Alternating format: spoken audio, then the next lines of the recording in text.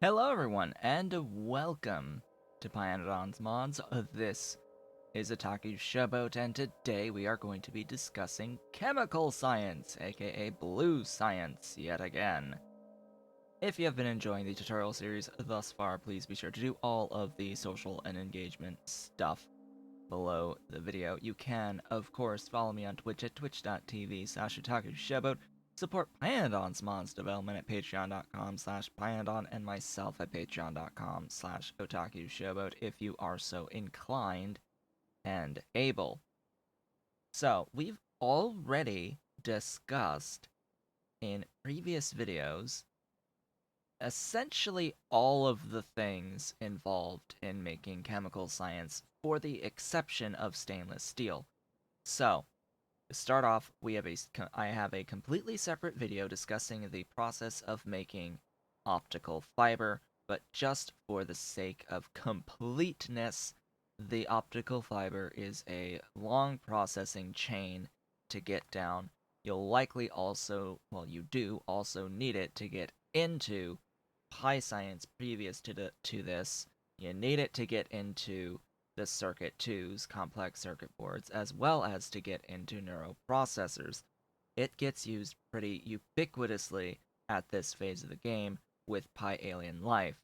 Now, previously, without Pi Alien Life, it was only used to get into Circuit 2's and to get into chemical science at this phase of the game. It gets used more. It will get used more once you are getting into Circuit 3's and Circuit 4's and all that good stuff in the later phases.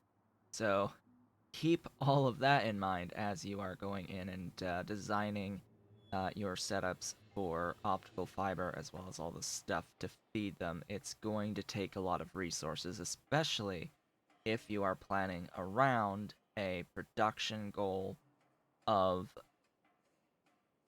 full units of items per second of science.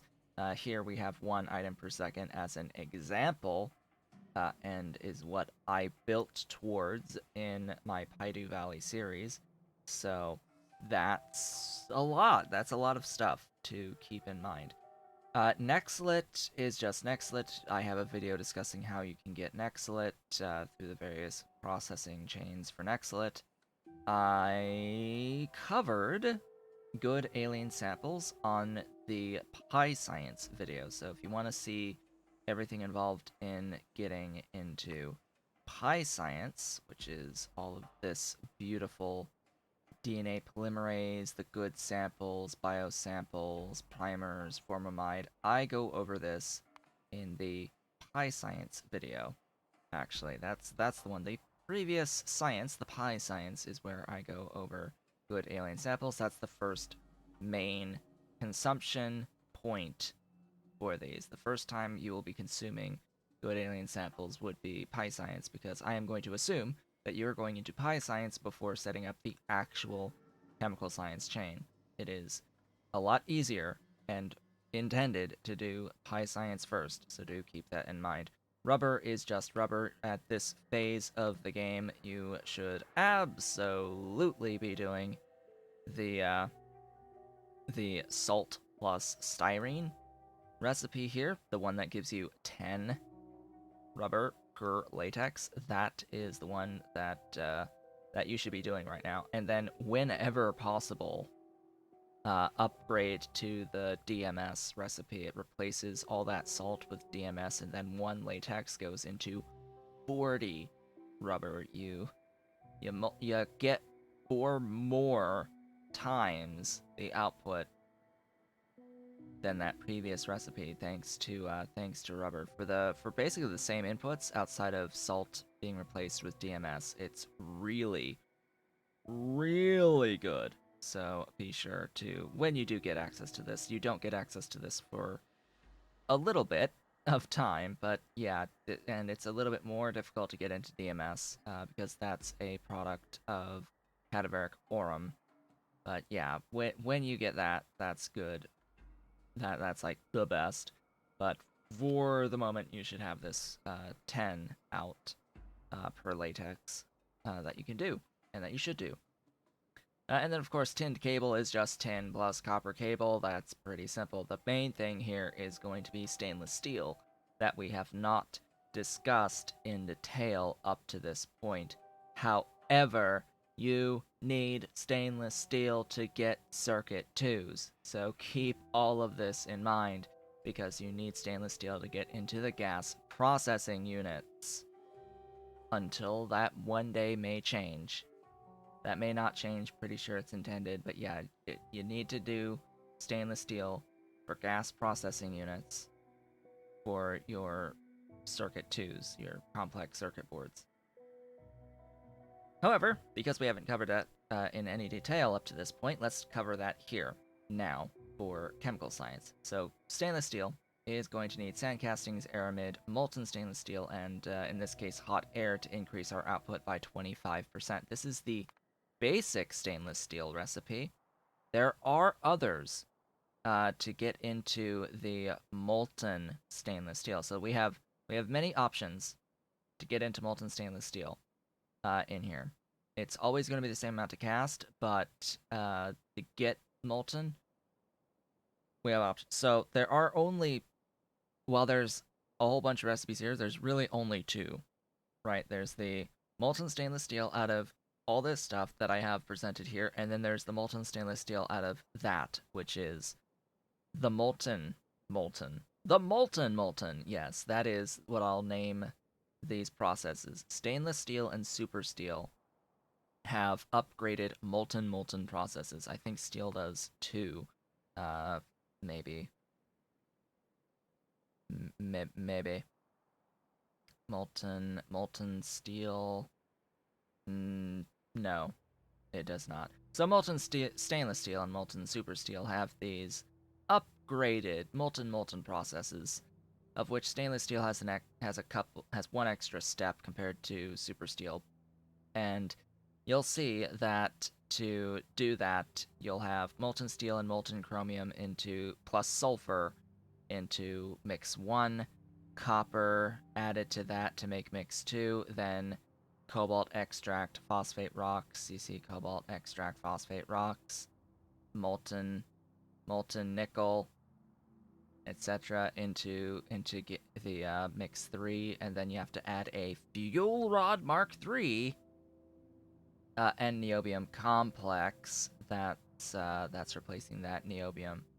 So what do you save out of that? You don't need ferrochrome anymore. That's one of the main reasons. Once you get access to that upgraded chain, if you've gone and done uranium processing to get fuel rod 3s, that is not insignificant to get that fuel rod Mark 3. That is pretty expensive uh, of a uranium cost to do that. It does dodge ferrochrome as ferrochrome.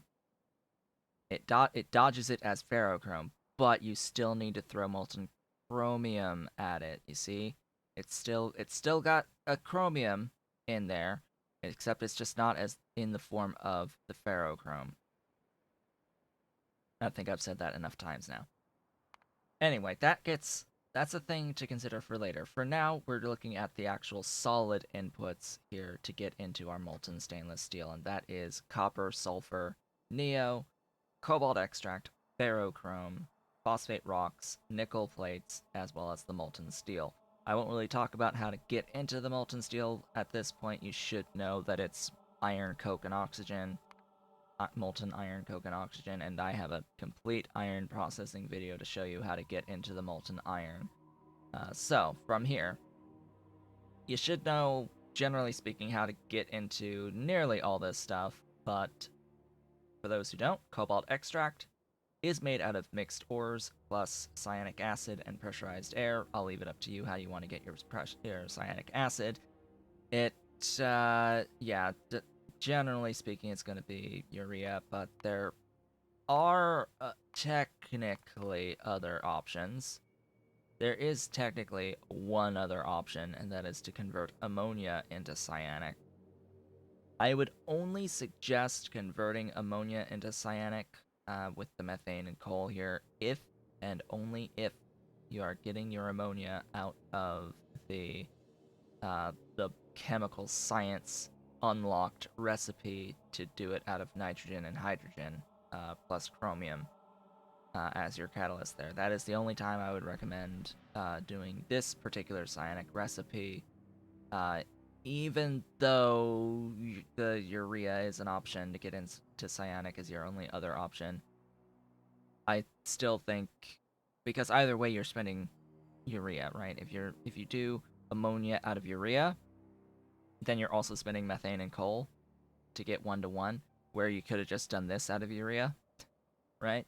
To get cyanic. So there's not as much point to convert 1-to-1 ammonia to cyanic, but it could be a way, if you only want cyanic, to do this and then convert the ammonia into additional cyanic.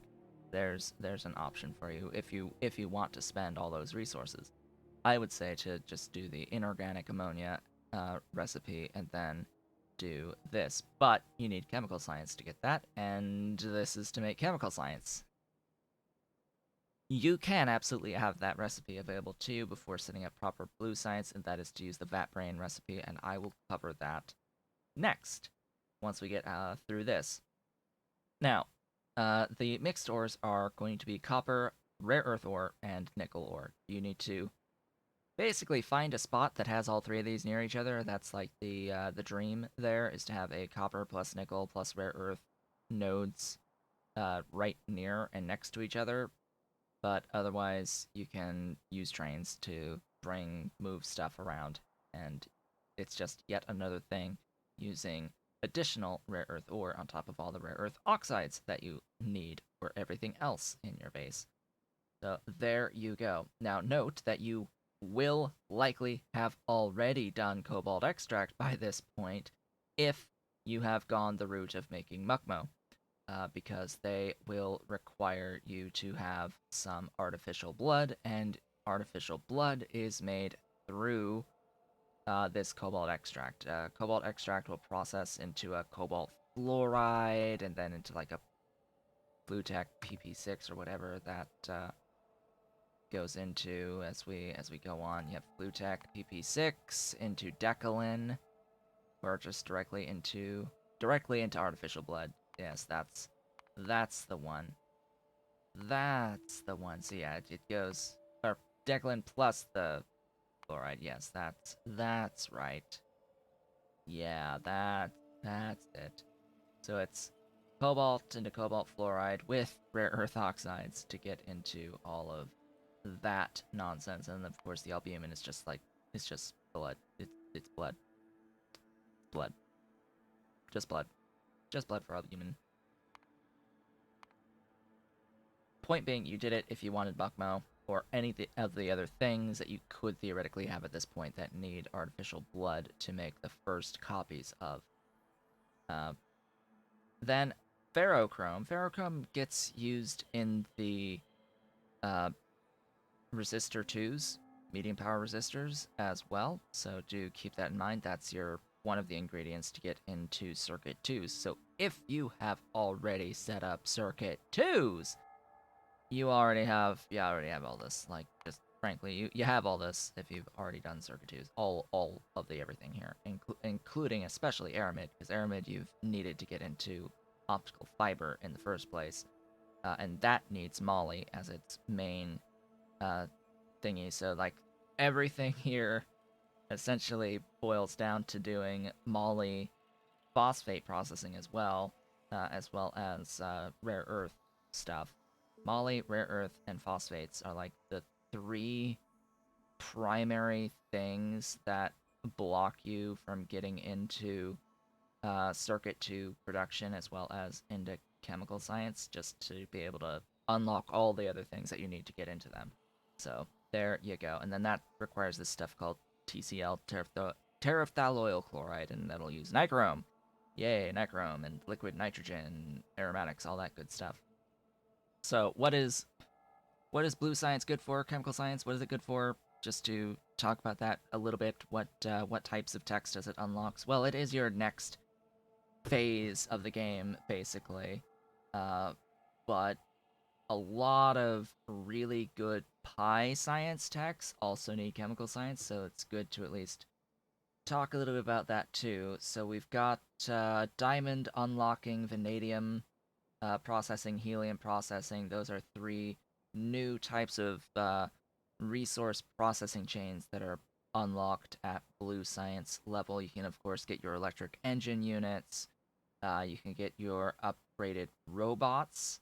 At this point, the upgraded construction robots, not the logistic bots yet. The upgraded cargo robots will be available to you once you get into super steel with the circuit twos. I've pointed out the issue with that coming really late compared to the construction bot many, many, many times. It has not been changed to this point. And even Pyanodon gets a little confused sometimes and thinks that you can get access to these things as soon as you have, like, circuit twos, uh, because of stainless steel needed for circuit twos, and you cannot. You can only get into the construction robots once you have your circuit twos and stainless steel, not the cargo bots because they require super steel instead.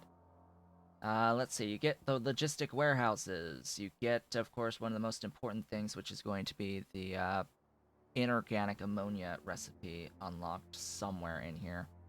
Somewhere in here, one of these many, many, many recipes. You, of course, get all of the high grade processes as well unlocked through chemical science. Every single high grade ore processing recipe is going to be unlocked through this. And of course, genetic design here gives you access to a whole bunch of stuff. A whole bunch of stuff. In particular, you'll have access to Dilmos and Scrondrix directly, and access to chitin processing. That'll be part of your progression into advanced electronics to get into circuit 3s and purple science. You'll, of course, finally be able to pick up, once you do get advanced electronics, your first level of mining productivity and second level of mining productivity. So definitely good things there to note. You'll be able to get into aerogel as well. All the graphene stuff. Assisted embryology is perhaps the most important tech in Pi Alien Life, just to make that perfectly clear. This is perhaps the most important. Just bear with me, because this is the making and raising of babies. And what this does over time, through additional techs as well, is allow you to save on resources. It adds an extra step that uses fetal serum for the most part. For the most part, it's using fetal serum. There is one exception, and that is with Vrauk, where you can just raise Vrauk from eggs. This unlocks several Vrauk cocoon recipes, but it also gives you caged Vrauk from cocoons and water. The key with all of these recipes is that it is a cage neutral system. Anything that needs cages consumes. It's always 1-to-1 cage to cages to the caged resource creature, which means that when you then slaughter them and you get all those cages back, it loops right back in, and it is lovely. So it spares you the consumption of cages. That is a huge savings on titanium there alone. These also tend to be faster recipes, so you end up doing less, needing fewer buildings to get into cubs and into eggs. Not to mention that you absolutely need this as a necessary process to go into Arthurians and Xenos.